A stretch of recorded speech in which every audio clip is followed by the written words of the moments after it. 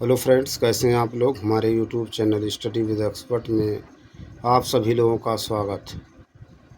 Friends, एक बार फिर हम कुछ इम्पोर्टेंट प्रीवियस ईयर के क्वेश्चन लेकर के आए हुए हैं, उसी पे चर्चा करेंगे। आज का टॉपिक है साइंस। प्रीवियस ईयर के सभी क्वेश्चन हैं साइंस के, बहुत ही महत्वपूर्ण सब प्रश्न हैं। देखिए, बार बार इसी से प्रश्न पूछे जाते हैं, ठीक। तो उसी पे चर्चा करेंगे टाइम को ना वेस्ट करते हुए। पहला क्वेश्चन है, निम्नलिखित में से कौन मछली नहीं है। निम्नलिखित में से कौन मछली नहीं। स्टार फिश, सा fish, pipe fish, guitar fish. तो क्या है स्टार फिश मछली नहीं। इसकी व्याख्या देखते हैं। कह रहे समुद्री जंतुओं के नाम मछलियों के नाम से मिलते जुलते हैं, परंतु ये मछलियां नहीं है। जैसे jellyfish, starfish, silverfish, cuttlefish, hagfish, razorfish, crayfish इत्यादि। अगला प्रश्न कह रहे हैं, निम्न में से कौन एक वास्तविक मीन मछली है। रजत मीन, crayfish, jellyfish, catfish. तो वास्तविक मीन या मछली है कैट फिश, है ना। व्याख्या देखते हैं। रजत मीन सिल्वर फिश एक छोटा पंखहीन कीट है। क्रे फिश एक कड़े खोल वाला जानवर है। जेली फिश कशेरुकी जंतु नहीं है तथा यह मछली की श्रेणी में नहीं आता, अतः कैट फिश वास्तविक मीन है। कैट फिश वास्तविक मीन। अगले प्रश्न पे चलते हैं। कह रहे हैं, निम्न में से कौन सी वास्तविक रूप से मछली। स्टार फिश, जेली फिश, हैग फिश, समुद्री घोड़ा। तो समुद्री घोड़ा जो है ये वास्तविक रूप से मछली है। इसकी व्याख्या देखते हैं। देखिए, इसको स्टडी करते हुए है ना, कुछ कीड़े आ जाते थे तो कीड़ा यहाँ दब गया था, अदरवाइज आप लोग नहीं लीजिएगा। सितारा मछली स्टार फिश है ना। सितारे नुमा इकाइनोडर्म श्रेणी का एक जंतु जेलीफिश ऑरिलिया को कहते हैं, जो कि संघ सिलेंट्रेटा का एक जंतु है। हैग फिश साइक्लो स्टोमेटा समूह का जंतु है। इनमें जबड़ों का अभाव होता है। यह भी वास्तविक मछली ट्यूफिश नहीं है। समुद्री घोड़ा सी हॉर्स या अश्विन हिप्पोकैम्पस को कहते हैं, जो कि एक वास्तविक अस्थिल मीन बोनी फिश होती है। अगला प्रश्न, निम्नलिखित में से कौन एक मछली है। समुद्री कुकम्बर, खीरा, समुद्री गाय, समुद्री घोड़ा, समुद्री बाघ। तो समुद्री घोड़ा एक मछली है, हार्स फिश, है ना। हार्स पढ़ा ना अभी हम लोगों ने, हार्स सी या सी हॉर्स। सबसे बड़ा स्तनपायी कौन सा है। वेल मछली, अफ्रीकी हाथी, दरियाई घोड़ा, ध्रुवीय भालू। तो सबसे बड़ा जो है स्तनपायी है वेल, है ना। ये ब्लू व्हेल है, वेल है ना, वेल मछली। इसकी व्याख्या देखते हैं।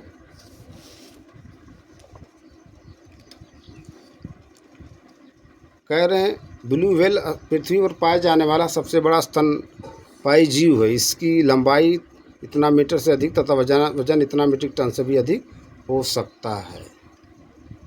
अगला प्रश्न कह रहे हैं, वेल निम्न वर्गों में से किस वर्ग का प्राणी है। मत्स्य, स्तनपायी, सरीसृप, उभयचर। तो वेल जो है वो स्तनपायी है। अगला प्रश्न, निम्न में से कौन सा स्तनपायी है। Shark, squid, octopus, well. तो वेल जो है वो स्तनपायी। अगले प्रश्न पे आते हैं। निम्न प्रजातियों में से कौन सी दांत वाली वेलों में विशालतम है। Finback whale, blue whale, sperm whale, humpback whale. तो वो स्पर्म वेल। इसकी व्याख्या देखिए। स्पर्म वेल है ना, विशालतम दांत वाली वेल है। पूर्ण वयस्क नर स्पर्म वेल इतना से इतना फीट लंबी, इतना टन वजनी होती है। अगला प्रश्न है, निम्नलिखित में से कौन अंडे देता है और सीधे बच्चे नहीं देता। तो देखिए, अंडे देता है ओविपेरस, सीधे बच्चे है ना जो देते हैं विविपेरस। तो दोनों में अंतर है। ये मैं एक वीडियो बना रहे थे उसमें आया था विविपेरस, ठीक है। तो मैं रिकॉलिंग कर रहा था कि कौन दो शब्द मैं पढ़ा था, विविपेरस और ओविपेरस। क्वेश्चन पूछे जा सकते हैं, ठीक। तो यह एकिडना कंगारू से ही वेल। तो ये एकिडना, ठीक। कह रहे हैं रूप में कौन अंडे देता है और सीधे बच्चे नहीं देता। तो एकिडना अंडे देता, बच्चे नहीं। एकिडना यूँ प्लेटिपस एकमात्र अंडे देने वाली स्तनपायी जीव, बहुत इंपॉर्टेंट है। एकिडना यूँ प्लेटिपस एकमात्र अंडे देने वाली स्तनपायी जीव है। उड़ने वाला स्तनपायी है जगुआर, शुतुरमुर्ग, पेलिकन, चमगादड़। तो उड़ने वाला स्तनपायी क्या है, चमगादड़ है, बैट। ये सब प्रश्न पूछे गए प्रीवियस ईयर में। इसकी व्याख्या देखते हैं।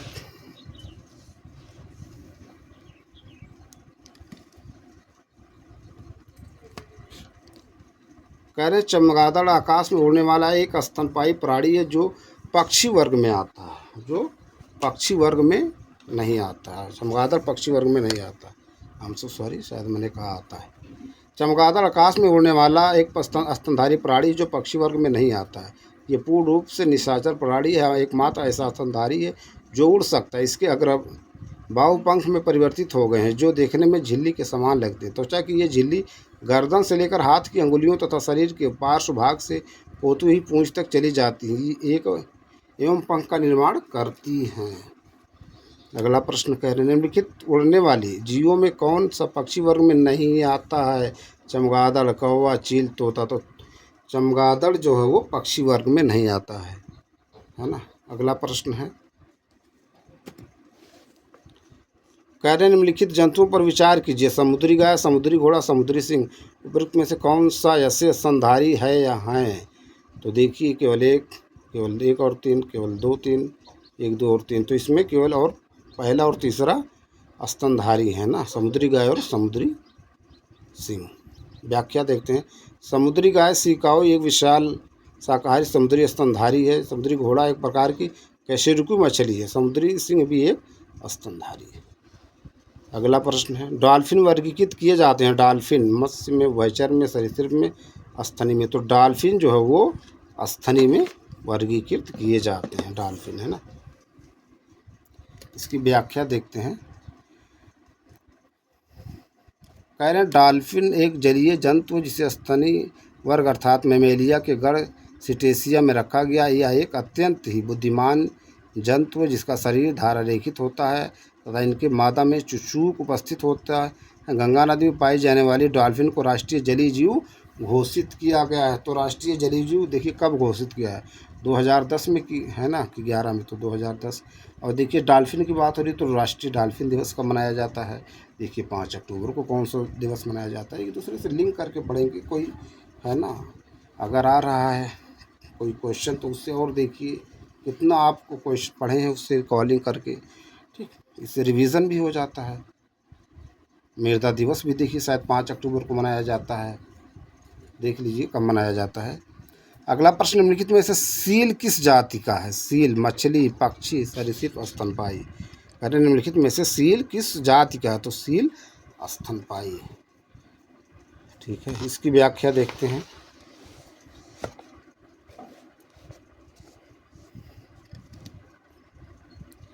सील या फोका एक स्तनपायी जंतु है जो गण कार्निवोरा के अंतर्गत आता है। यह एक जलीय चुस्त एवं शक्तिशाली स्तनधारी जंतु जो कि मांसाहारी होता है। शिकार करने के लिए इनमें नुकीले कैनाइन दांत पाए जाते हैं तथा तैरने के लिए इनमें चप्पू या फ्लिपर्स उपस्थित होते हैं, ठीक। अगले प्रश्न पे चलते हैं। कह रहे हैं निरशंस प्राणी कौन सा है? पेंगुइन, वेल, ऑटर, कछुआ। तो इसमें है वेल। इसकी व्याख्या देखते हैं। वेल एक निरशंस प्राणी जो कि स्तनधारी जलीय जंतु एक्वाटिक एनिमल। इसका शरीर धारारेखित होता तथा इसकी त्वचा के नीचे वसा का मोटा अस्तर बबलर शरीर में ताप रोधक का कार्य करता है निरशंस प्राणी। अगला प्रश्न कह रहे हैं एम्फीबिया बताता है बहुत तेज़ी से चलने वाले नाव को, केवल जल में ही रह सकने वाले पशुओं को, केवल स्थल में ही रह सकने वाले पशुओं को, जल एवं स्थल दोनों पर ही रह सकने वाले पशुओं को। तो एम्फीबिया बताता है जल एवं स्थल दोनों पर ही रह सकने वाले पशुओं को। इसकी व्याख्या देखते हैं। एम्फीबिया अर्थात उभयचर वर्ग के अंतर्गत ऐसे जंतु आते हैं जिनका शरीर जलीय एवं स्थलीय दोनों प्रकार के जीवन के लिए उपयोजित होता है। ये जंतु असमतापी होते हैं। इनके शरीर का तापमान वातावरण ताप के अनुसार घटता बढ़ता रहता है, जैसे मेंढक, ढोर इत्यादि। अगला प्रश्न कह रहे हैं निम्न में कौन सा गुण मनुष्य के अन्य सभी वानर गुणों से पृथक करता है? जानने की इच्छा प्रकट करना, घराड़ शक्ति का विकसित होना, विपरीत अंगूठे ठोड़ी का बाहर निकलना। तो इसमें है जानने की इच्छा प्रकट करना। इसकी व्याख्या देखते हैं। कह रहे बुद्धि में मानव सर्वोच्च जंतु सिर्फ इसी जंतु में गूढ़ चिंतन, जानने की इच्छा प्रकट करना, तर्कसंगत तथा अक्षरबढ़ वाणी तथा भौतिक मुद्राओं द्वारा भावनाओं की अभिव्यक्ति इत्यादि की क्षमताएं होती। वर्तमान काल में इसकी कपाल गुहा का आयतन इतना क्यूबिक सेंटीमीटर है, ठीक। अगले प्रश्न पे चलते हैं।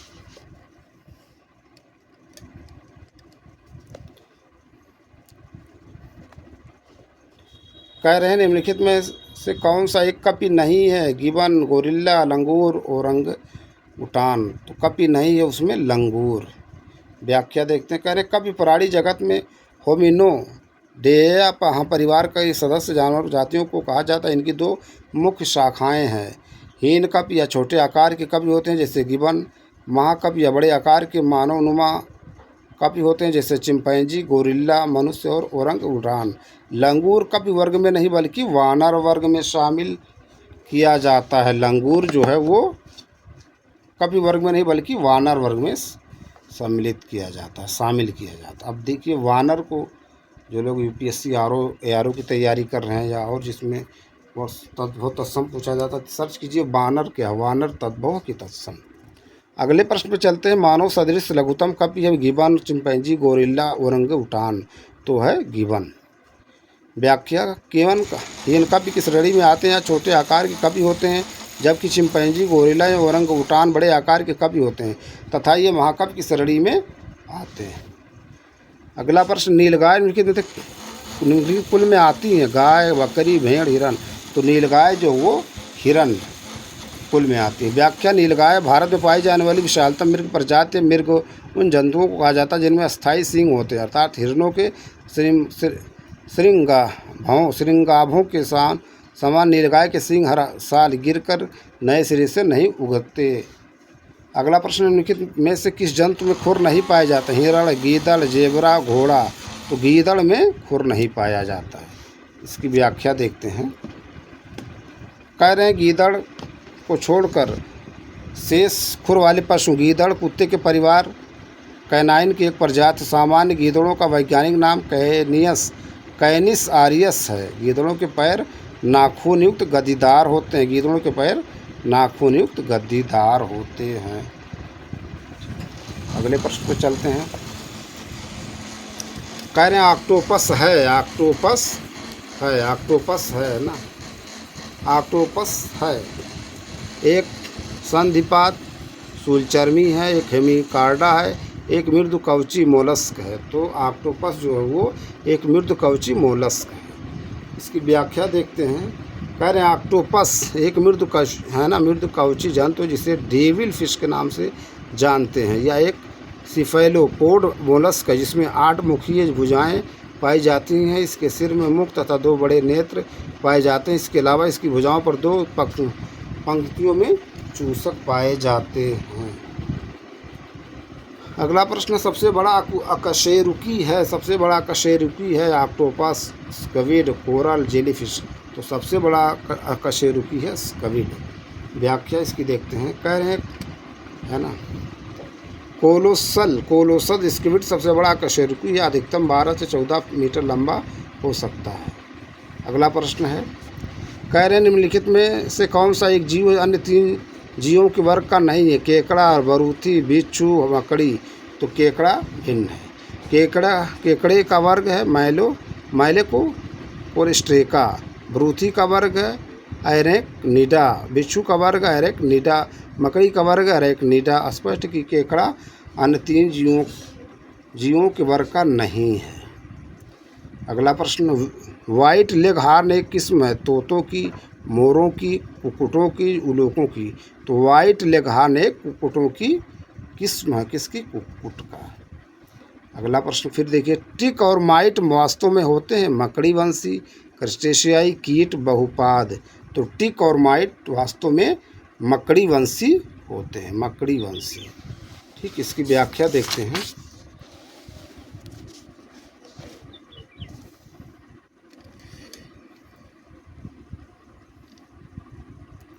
कह रहे हैं टिक तथा माइट वास्तव में मकड़ीवंशी होते हैं जो कि अरेनीगढ़ के अंतर्गत आते हैं। इनके उपांग संधियुक्त होते हैं तथा इनका शरीर द्विपार्श्वीय एवं त्रिस्तरीय होता है। अधिकांश टिक कशेरुकी जीवों के बाह्य परजीवी होते हैं जबकि माइट्स परजीवी तथा स्वतंत्र जीवी होते हैं।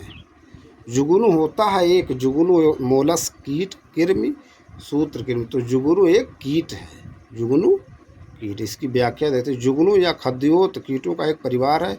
इनके पंख होते हैं। ये जीव दीप्त उत्पन्न करके अपनी संगी को आकृष्ट करते हैं या दूसरे जानवरों को शिकार करने के लिए इसका उपयोग करते हैं। वैज्ञानिकों ने यह सिद्ध किया कि जुगनू की चमक ल्यूसीफेरस नामक एंजाइम के कारण होती है। अगला प्रश्न है, निम्नलिखित में कौन सा कीट नहीं है? खटमल, मकड़ी, घरेलू मक्खी, मच्छर। तो कीट नहीं है मकड़ी, मकड़ी कीट नहीं। इसकी व्याख्या देखते हैं।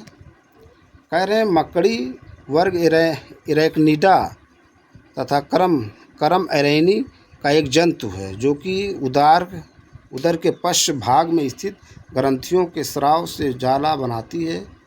सभी मकड़ियाँ परभक्षी होती हैं। अन्य विकल्पों के जंतु कीट वर्ग के अंतर्गत आते हैं। इनमें 3 जोड़ी अर्थात 6 पाद लेग होते हैं, लेग पाए जाते हैं, जो कि सभी कीटों का विशिष्ट गुण। मकड़ी कीट वर्ग के अंतर्गत नहीं आती क्योंकि इसके 8 पाद के पैर पाए जाते हैं।